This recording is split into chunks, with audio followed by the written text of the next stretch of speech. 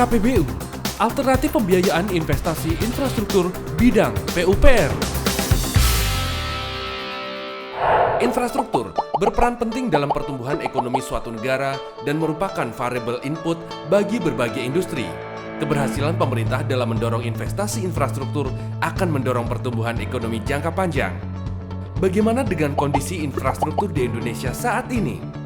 Data World Economic Forum dalam The Global Competitiveness Report tahun 2017-2018 menyatakan Indonesia berada pada peringkat 36 dari 138 negara. Dengan peringkat infrastruktur jalan dan pelabuhan menempati posisi ke-52 dari 138 negara. Hal ini menunjukkan bahwa pembangunan infrastruktur di Indonesia perlu dilakukan percepatan. Di kawasan negara ASEAN, peringkat daya saing infrastruktur Indonesia masih tertinggal dibandingkan Thailand, Malaysia, dan Singapura. WEF menyimpulkan bahwa infrastruktur yang kurang memadai merupakan permasalahan dalam melakukan bisnis di Indonesia. Untuk mendukung nawacita Presiden Republik Indonesia, Kementerian PUPR melalui Direktorat Jenderal Bina Konstruksi melakukan upaya secara terus-menerus meningkatkan kapitalisasi konstruksi untuk meningkatkan investasi infrastruktur.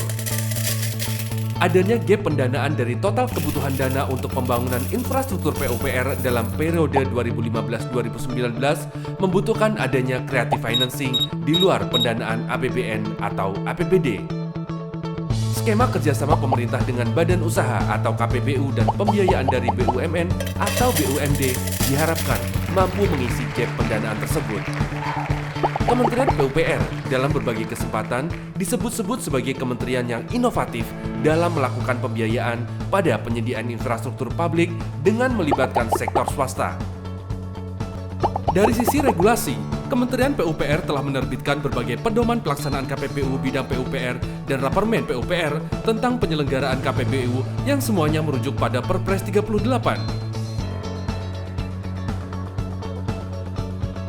Amanat Perpres 38 tahun 2015 mengamanatkan bahwa setiap menteri atau kepala lembaga atau kepala daerah menunjuk unit kerja di lingkungan kementerian atau lembaga atau daerah sebagai simpul KPBU yang bertugas untuk menyiapkan perumusan kebijakan, sinkronisasi, koordinasi, pengawasan, dan evaluasi pembangunan KPBU. Untuk menjalankan amanah pasal 44 Perpres nomor 38 tahun 2015, Menteri PUPR melalui Keputusan Menteri Pekerjaan Umum dan Perumahan Rakyat nomor 691.2 tahun 2016 telah menunjuk Direktorat Jenderal Bina Konstruksi menjadi simpul KPBU di Kementerian Pekerjaan Umum dan Perumahan Rakyat. DJBK dalam peranannya sebagai simpul KPBU terus berkolaborasi dengan seluruh stakeholder dalam lingkup internal dan eksternal Kementerian PUPR untuk merancang peningkatan peran swasta dan percepatan proyek infrastruktur melalui KPBU.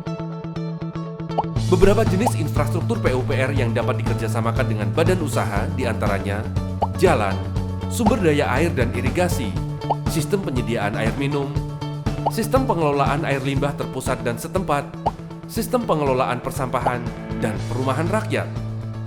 Di samping telah mengeluarkan sejumlah regulasi terkait dengan KPBU, pemerintah juga telah mengeluarkan sejumlah kebijakan berupa dukungan kelayakan dan dukungan finansial pemerintah untuk proyek KPBU.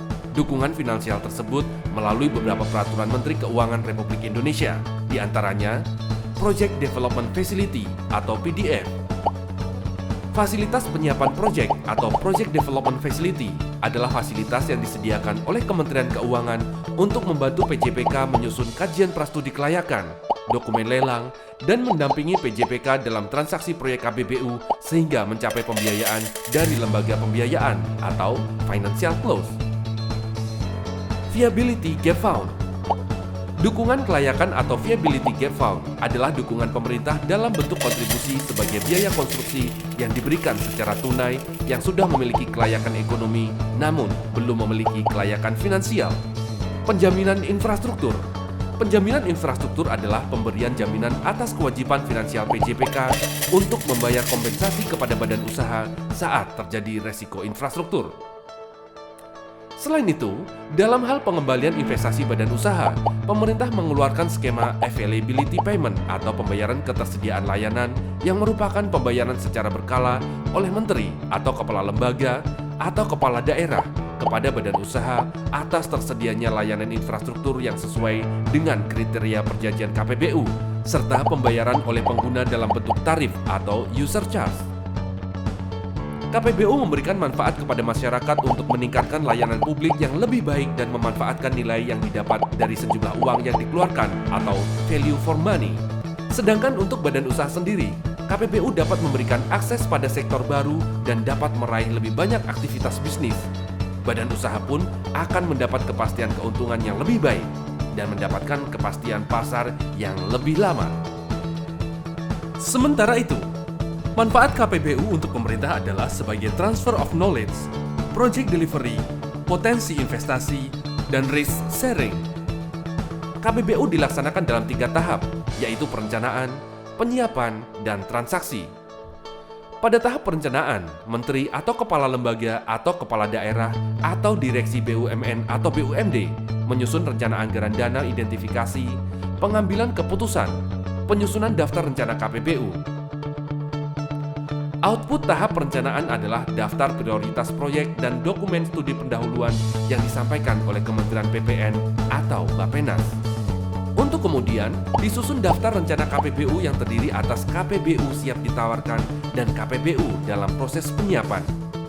Selanjutnya dalam tahap penyiapan KPBU, menteri atau kepala lembaga atau kepala daerah atau direksi BUMN atau BUMD selaku penanggung jawab proyek kerjasama atau PJPK akan menghasilkan output prastudi kelayakan dengan tahapan meliputi penyiapan kajian, pengajuan dukungan pemerintah dan jaminan pemerintah, pengajuan penetapan lokasi, serta pengadaan tanah untuk KPBU.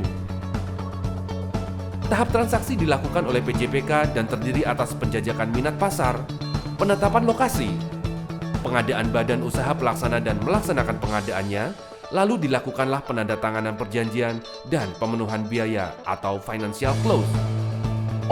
Lantas bagaimana dengan pengadaan tanah? Terkait dengan hal tersebut, pemerintah telah mengeluarkan Peraturan Undang-Undang Nomor 2 Tahun 2012 tentang pengadaan lahan untuk kepentingan publik.